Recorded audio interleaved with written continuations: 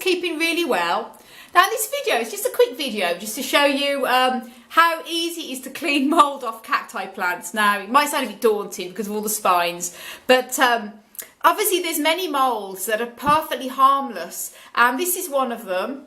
As you can see here, this is a green mould, and nearly all mould, like these type of moulds on here, although they're aesthetically not very nice, just show this a bit down here, they actually are harmless, and they actually come off really easy with soapy water. Now, some people prefer to treat them with fungicide sprays. One of my other big Opuntias, I did a video a few months back now where it was covered in mould, and I had to treat it with a fungicide because I just couldn't get to it because it was so covered in so many spines that I couldn't reach. But in this case, as you can see, there's plenty of space here where I can rubber brush around with soapy water and clean it off. And the reason what's caused this, just in case that you're not familiar with this, where I live in Ireland, the house you're actually in is really, really damp. And we're going to be moving in a few months' time anyway, and we've had a very wet winter. And this is what's caused the high humidity in the home. This plant's in my conservatory, which obviously I don't heat to overwinter my plants. Only if it gets very cold I put the heater on if it drops below 3°C in here, but it very rarely. But the high humidity with all the damp rain we've had and the very mild temperatures we've had as well has caused a lot of my plants to actually have this sort of green mould on them, and it is quite easy to wipe off. And that's all I want to say really, just to show you in case you ever do have this. Obviously don't if you have something you're not sure with, always treat your plant.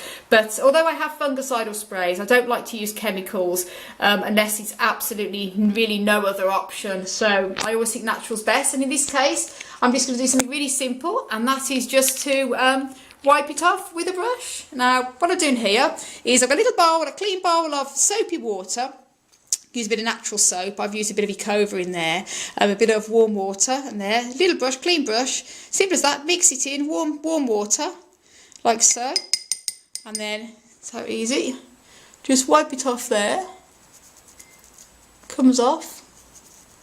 That's how easy it comes off. And then the next one, just